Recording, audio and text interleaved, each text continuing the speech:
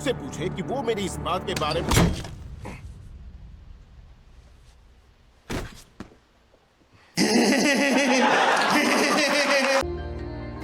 Richer ये 2025 में आई crime और एक्शन पर बनी सीरीज है। स्टोरी में एक रीचर नाम का हट्टा-कट्टा पहलवान एक अमीर आदमी बेग के बेटे को कुछ गुंडों से मारने से बचाता है।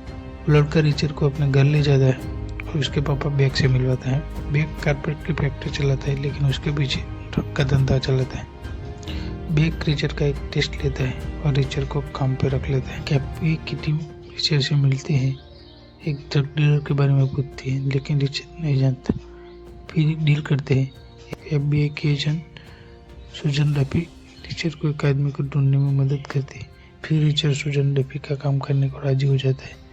डफी की एक इन्फॉर्मर टेरिसा कई दिनों से लापता हो गई है और वो कैसे लापता हो गई वो सुजन डफी बताती है।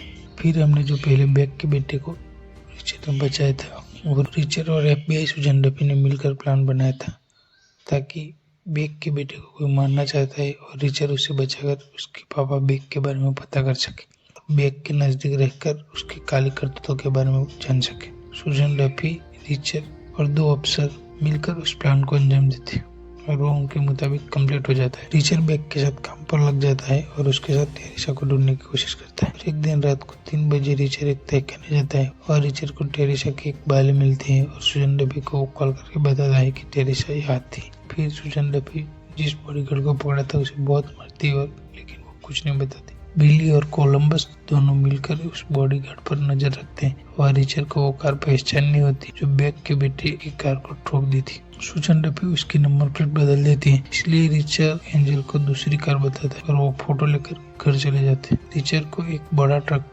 दूसरी जगह सही सलामत पहुंचाने का काम देते हैं। रीचर ट्रक लेके निकलता है और सुजन डफी को बताता है और रास्ते में रीचर डफी को वो कान की बाली देता है और उस ट्रक की तहकीकात करते हैं, लेकिन उसमें सिर्फ कारपेट होती है और ड्रग नहीं मिलता।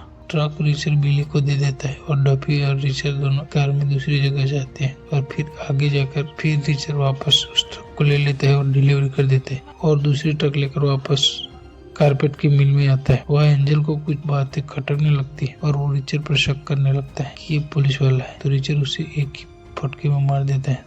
एंजल को तोड़ मरोड़ के एक टेबल के अंदर छुपा देता है और बाहर रीचर को लेने ड्यूक हॉर्न बजाता रहता है। रीचर घर आता है, ड्यूक बुलाने आता है कि बेग उसको उसके बेटे पर किए गए हमले के बारे में पूछता है, लेकिन रीचर कुछ नहीं बताता।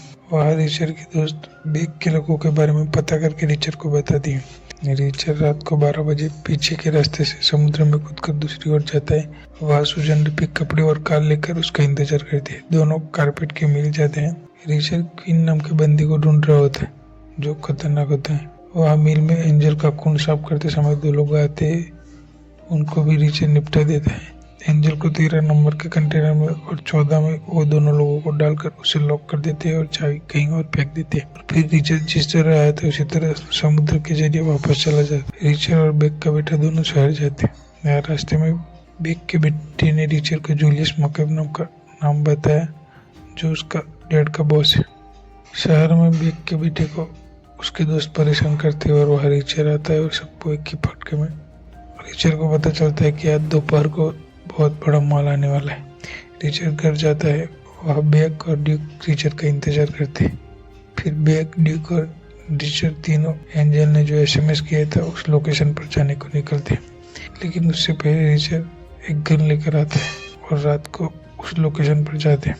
बेग कार लेकर उनका इंतजार करता है और वो दोनों ड्यूक और रीचर घर के अंदर जाते हैं और मौका देखकर रीचर ड्यूक को मार देता है और उस घर को ब्लास्ट कर देता है और बेग को कार में बिठाकर वहां से निकल जाता है। फिर बेग को पता चलता है कि ड्यूक मारा गया है